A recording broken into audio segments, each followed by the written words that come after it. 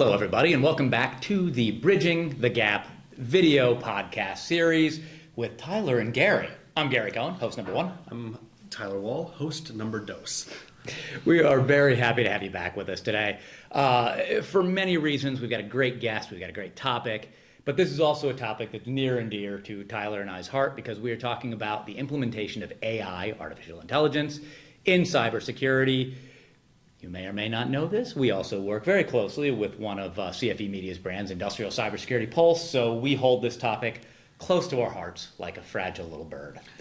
Happy to be talking about it today. Yeah, Gary and I don't know a lot of things, but if there's anything we do know about, it will be cybersecurity at some length. So we are definitely excited for this topic and our guest and everything related. So we also know a little bit about movies and sports, but that's about all we both collectively know about. Today we will be talking about the implementation of artificial intelligence into cybersecurity, which is a fascinating topic. We got a great guest with us, Lesley Carhart of Dragos.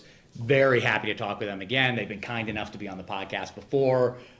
Very insightful and excited to see what they have to say about this topic. Yes, and just a quick note about our company and the different verticals we have. CFE Media and Technology is a media group and a technology company, as our name would entitle.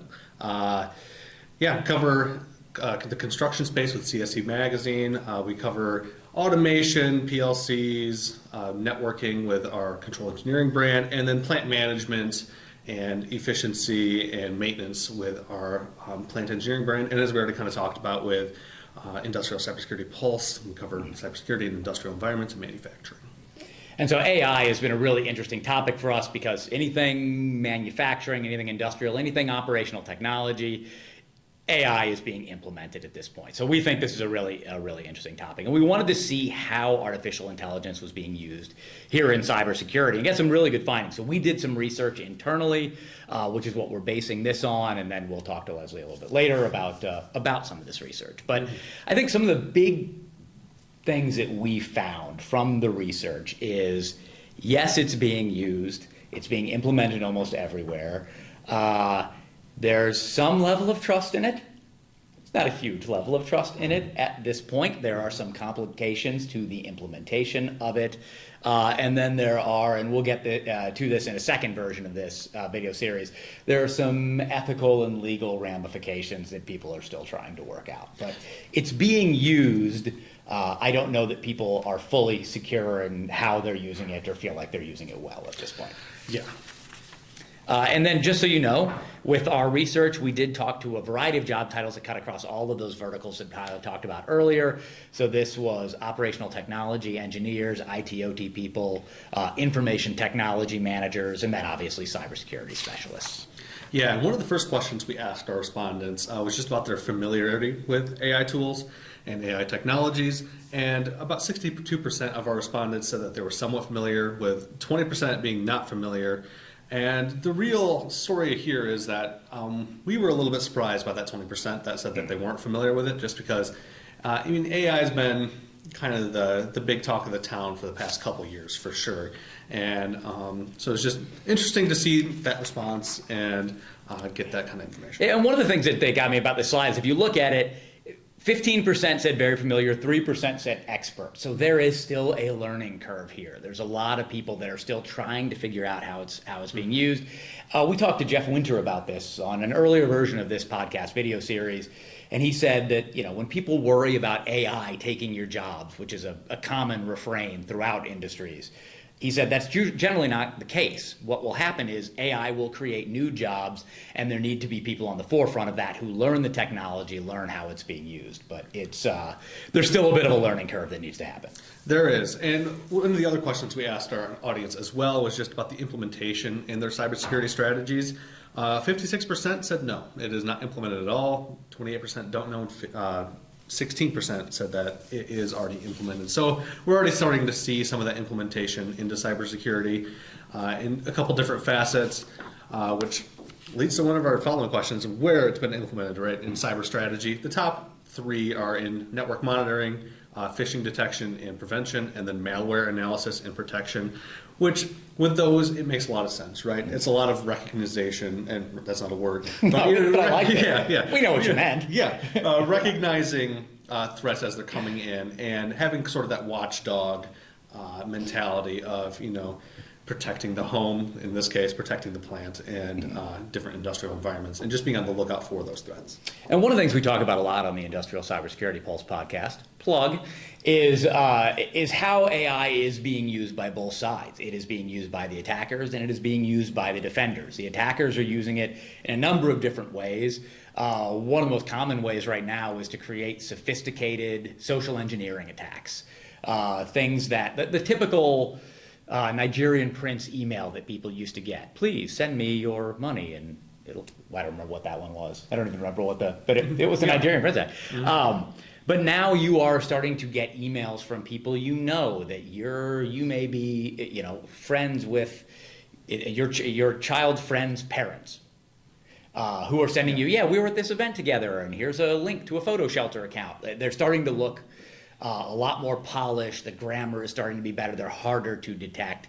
And then, as Tyler mentioned, the defenders are using them for all sorts of things, whether that's malware analysis, whether that's phishing detection. Mm-hmm. So we're finding ways it can be used, but it's really cutting across a bunch of different tasks. And is helping, we've discussed this before, helping routinize a lot of tasks that cybersecurity specialists are going to go blind looking at code, and this is something that AI can do a lot faster and more efficiently. It is, and one of the other interesting spots on this too is the incident response section is at 19%. It was one of the lower rated response sections.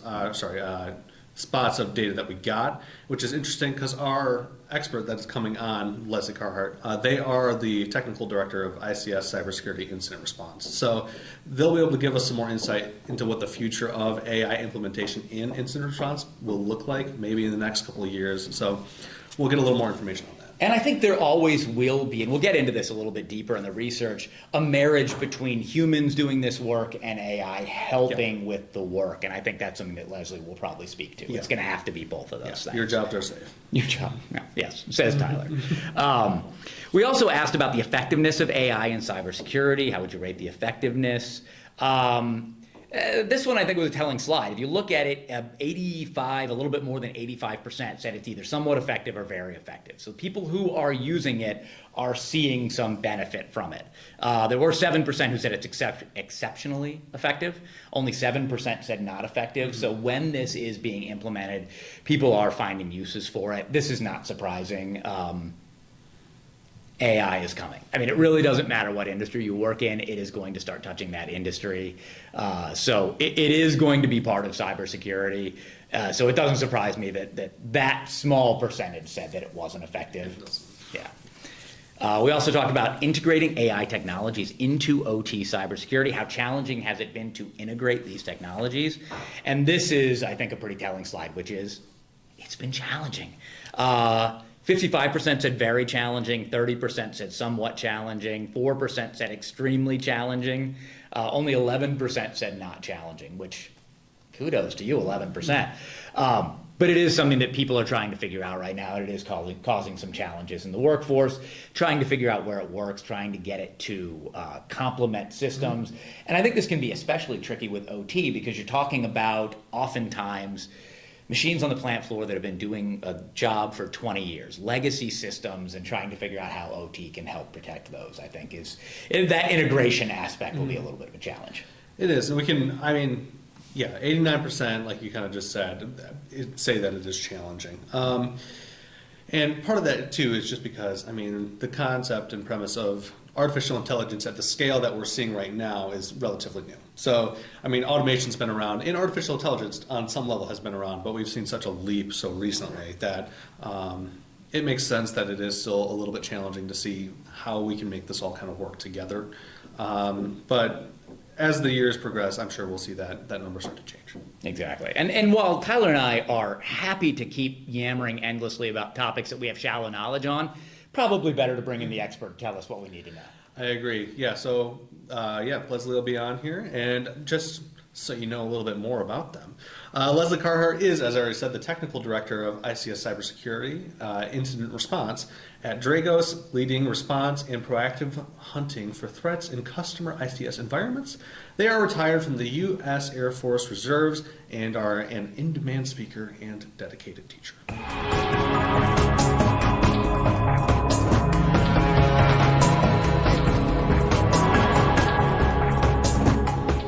All right, we're here with Lesley Carhart.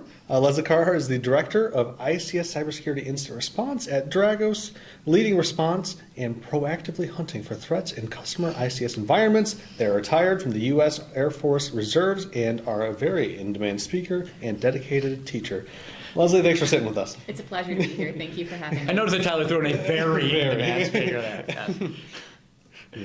there. Just diving right in here, especially with this first part. I know we're talking a lot about implementation. So, what has your interaction been with AI up to this point, and in and out of cybersecurity?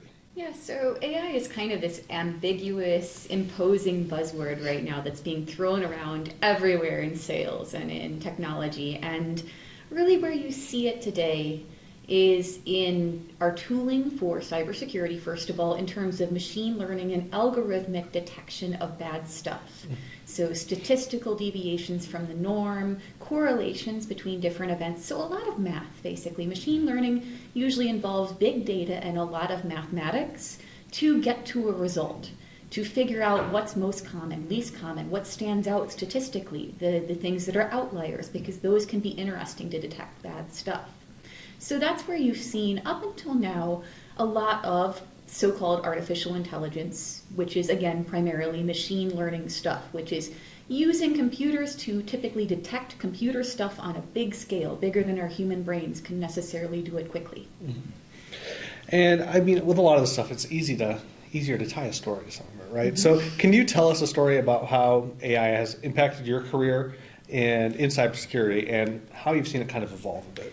So it's always been there in the background in the last decade of me working in cybersecurity for those mathematical applications that are, from an objective, when you're throwing around a buzzword like AI, artificial intelligence, kind of boring. But they're very important. Again, correlations of a lot of data. And in cybersecurity, we are dealing with a lot of data. Detections, behaviors, emails, people using their computer in different ways. That generates a ton of forensic information. And it's very, very difficult as a single human being or even a small team of humans to go through all that stuff and find what's abnormal. So we've always had computers doing that kind of stuff. But now we're starting to see adversaries leverage those tools too. And that was kind of an expected thing. It's a constant cat and mouse game between defenders and attackers. And we see the attackers leveraging those same tools to manipulate and process data. We're also seeing things in the terms of like ChatGPT being used in attacks because it's good at generating computer stuff in a very general functional way. So what we've seen in the industrial space is attackers starting to explore generating malicious configurations for industrial equipment they might not personally understand because that data is out there floating on the internet somewhere. How to do the ladder logic for various systems, how to program various processes to do things that are nefarious. That information's all out there in bits and pieces, and what a computer can do in a faster way than a human being is combine those together in a functional way. So we do see people starting to look at, hey, can we tell this process to do something nefarious without actually knowing how to program the PLCs in that process ourselves? And that's a very legitimate use of, again, computers are good at doing computer stuff. And in that case, like the ChatGPT type applications are good at generating computer code in a way that's functional from all those bits of data floating around. That's a really interesting point that you brought up because we were told a lot that it's hard to attack OT because you've really got to have a specific knowledge of the system and these SCADAs and HMI. Like you need to understand how they work. Is this leveling the playing field a little bit? Is AI making it easier for someone to attack these things because they don't need to have the specific industry knowledge? That is such a fascinating question. I think there's a confluence of things right now that are lowering the barrier to entry in industrial cyber attacks. Part of that is the normalization of processes and technology in OT. People are using a lot of the same PLCs from the same manufacturers, the same errors across verticals. So there's a more normalized, homogeneous attack surface. And we also see these sources of information, both AI-based and just repositories on the internet, that are making it easier for people to learn how to conduct attacks against processes. And really the challenge has always been, if our audience doesn't necessarily understand this, the challenge hasn't been, it's hard to program a PLC. You can go out and learn how to do that tomorrow. The challenge is processes are complicated. Generating power is complicated. Distributing power and oil and gas, very complicated. And understanding how to tamper with those processes in a way that actually cause an impact is very hard. But again, with those confluence of things that are happening, it's getting a little bit easier to do those types of things. Well, what do you see as the most effective use of AI? It's kind of a loaded question, but effective use of AI in cybersecurity moving forward. At least right now, what do you think the most effective use is? So you've called in the AI cynic here, and I'm very, Which very is why we cynical. brought you in. So I apologize to the audience and to you, but here's what if I could convey one thing to an audience about AI and machine learning right now, is it is a tool. Think of it like a screwdriver. You don't use a screwdriver to hammer a nail. You don't use a screwdriver to open a pipe in your house, I hope. You use a screwdriver for screws, please. And it's the same with machine learning and AI. Again, they're good at certain things. They're good at creating corroborations and statistical analyses of data. So combining a bunch of data from various sources and creating a result that's statistically normalized. That's what all of these tools are doing. So when you have an application where you want to look at a really big set of data and maybe get a result that is common and average and normalized for that set of data, or identify statistical outliers, AI or machine learning are great for that. But they're not this people think of them as this cure-all magical thing that's going to fix all our problems in cybersecurity or generate all our problems in security, and that's not what it is. It's just one tool in our toolbox. So I guess the flip side of that question is, what are some of the challenges or risks that you can see with deploying AI in OT environments? Yeah, there's a lot of ethical concerns with the use of machine learning and AI right now. As I mentioned, it's a confluence of data. And the big question is where that training data that the AI uses to collect data is coming from. And what we've seen a lot of people do who are doing research into this really hot topic is go out and just scrape the internet. Copyrighted, not copyrighted, personal data, people's personal photographs, all of those things are getting pulled into these because it's the hot new thing to do, is see what you can do with machine learning and artificial intelligence. And laws and ethics and copyrights, we're just going to kind of throw them to the wind. So the first thing is the ethical use of them and where their training data is coming from and whether we're just using a bunch of stuff that's stolen and what that means for the people whose data and code and writing and photos are being taken into those systems and used in other stuff. And also from an attack perspective, as we generate these tools that, again, lower the barrier to entry, they're going to get misused. It has always been very, very hard to teach the ethics of creating potentially adversarially used things to engineers. Engineers want to create. There's this hot new thing and it's exciting and it's a new frontier and they want to build something new. And they don't always think about the ways that the thing they're making can be misused. And that's what we see with these new models for machine learning and for artificial intelligence, is they're being horribly misused. They were a cool thing and that you could do a lot of neat things with them. Again, they're a tool in your toolkit and they're very useful for processing a lot of data. But at the same time, they can be misused to do terrible things like deepfakes and creating malicious PLC code to make water treatment facilities do the wrong thing. So we have to be cognizant of that as we're creating these tools. On your first point, I think that's really interesting, because, and we'll have a deeper talk about the ethical ramifications of this in our second video, but we see it on the content side as well. The New York Times recently sued ChatGPT because GPT was using their content to train its algorithm. And yeah, I mean, we see it all the time where, and also as a society, we're pretty good at freely giving large corporations our information. Oh, absolutely. Here are my images, and here's my content, and here's all of my info, which can lead us down a really dangerous path because, yeah, these AI systems are gathering all of that information for future use. Yeah.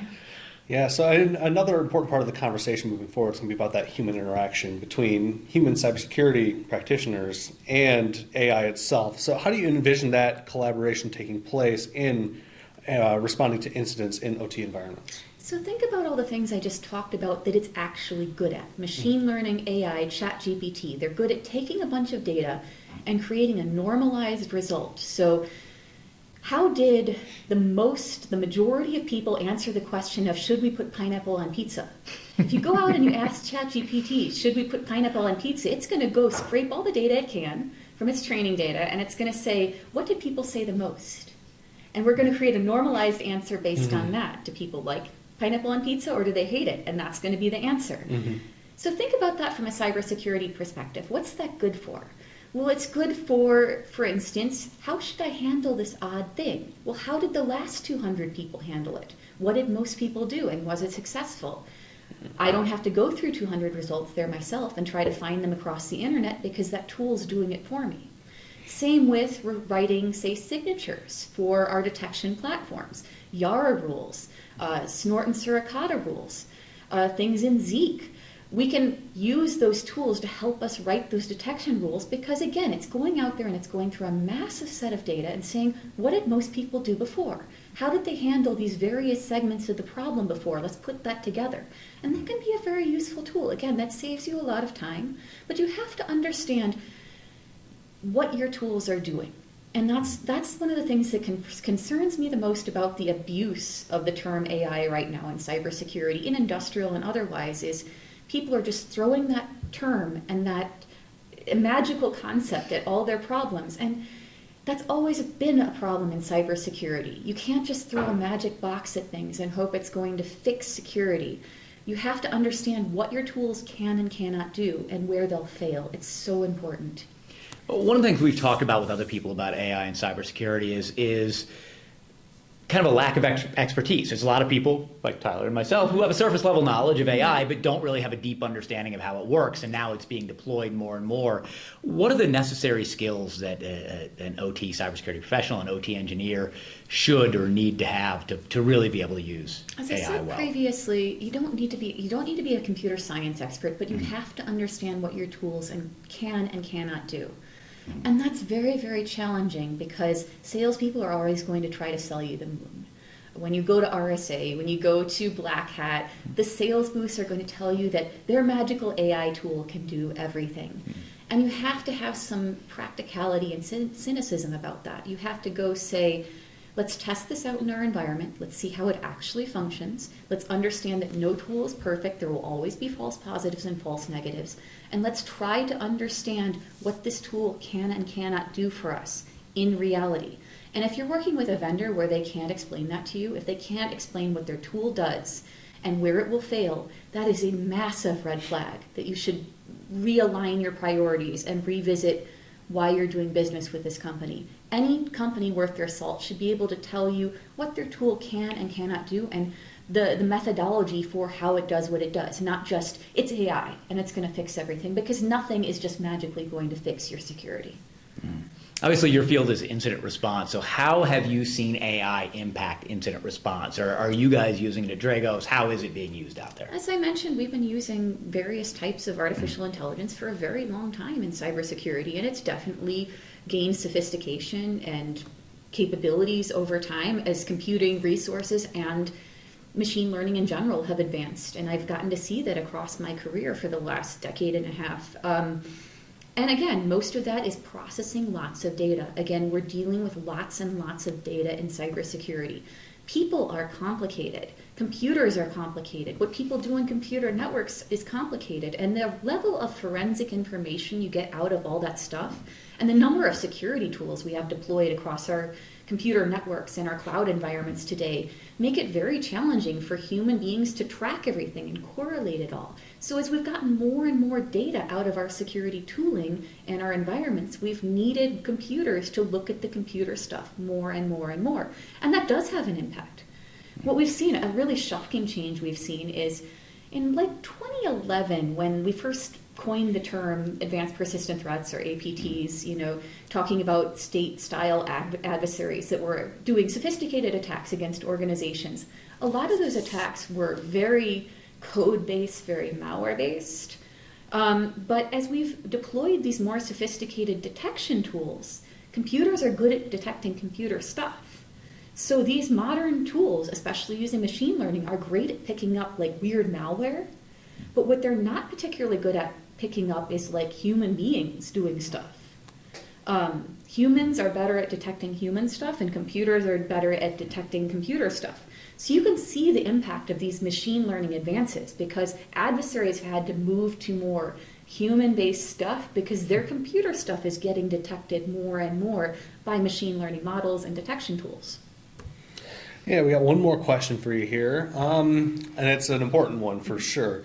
What is something you wish more people knew in the industrial cybersecurity space about AI?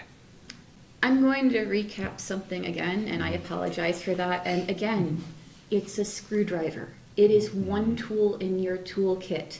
If there's one thing you take home today as you go to these conferences and you talk to salespeople, again, it is a wonderful tool at what it can do, and it's advancing all the time. And there's new, interesting uses of AI for both attackers and defenders, unfortunately, for attackers as well.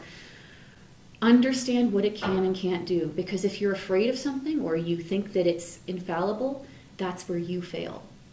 And I assume you don't see in a future a world where the human element goes out of this. There's so many people always do that rallying cry of AI is going to take our jobs, but yeah, this seems impossible. I want to live in Star Trek too. I want to live in Star Trek too, in some utopia where people don't have to work. That sounds wonderful.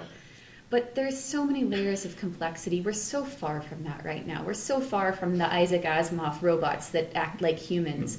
Right now, AI, ML, they're machines. And you can't try to put a human face on them yet. They just aren't that, even if they look like it from the outside, chatbots, things like that. They can emulate humans, but they do not think like humans. They are not humans. They do not feel. They do not create novel new things. So again, just be cognizant that it is a limited tool, but it's a wonderful tool. Use it in the right places. Use it where it helps you the most. Lesley, we love having you on. We love talking to you. Thank you so much it's like the third time you've talked to us and we haven't scared you away. So thank you for coming back. It's an absolute pleasure to be here in Chicago with you. Love it. Thanks so much for being here.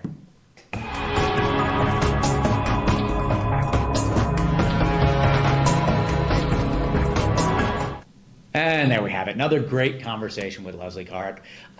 I don't play favorites with our guests, but I always appreciate it when we have Lesley on. Really insightful, really interesting person. And then we get off camera and we nerd out about nerd culture for like an hour.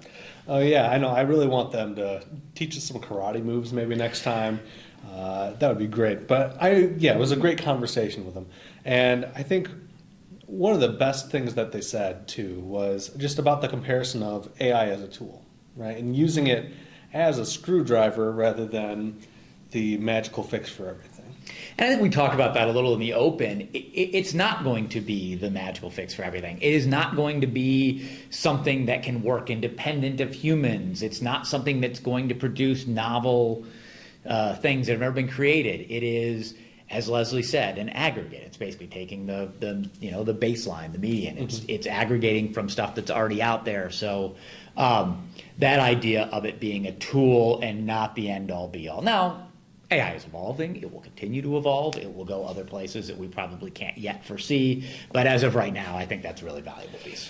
I agree. And even like to elaborate that analogy further, right? Screwdriver turns into an electric screwdriver. Wow.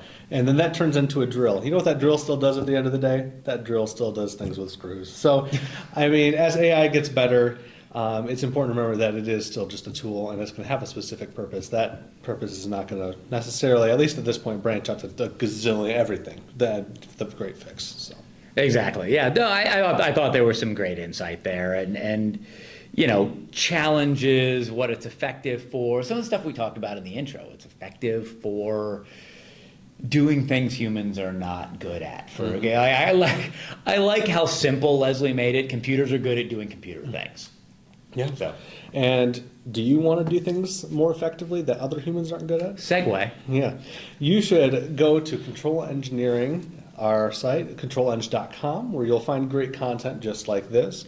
Other videos, our other Bridging the Gap series podcasts, just some great articles about automation on the plant floor, PLCs, cover that a lot, and just how to help other experts like you do your job better. And if you just cannot get enough of me and Tyler, and I mean, sure, of course, everybody's having that problem, I'm certain. Well, there are other avenues. This isn't our only podcast. We also host the Industrial Cybersecurity Pulse podcast. Come over there if you're interested in cybersecurity talk. We're talking about all things manufacturing, industrial, OT, cybersecurity. And of course, if you want to reach us to talk to us, you want to get to the next level, right? You don't want to just listen to us. you want to talk to us. You can reach me at twall@cfemedia.com. And I am at gcohen, Gcohen, at cfemedia.com. And until next time, I'm Tyler, And I'm Gary. and this is Bridging the Gap.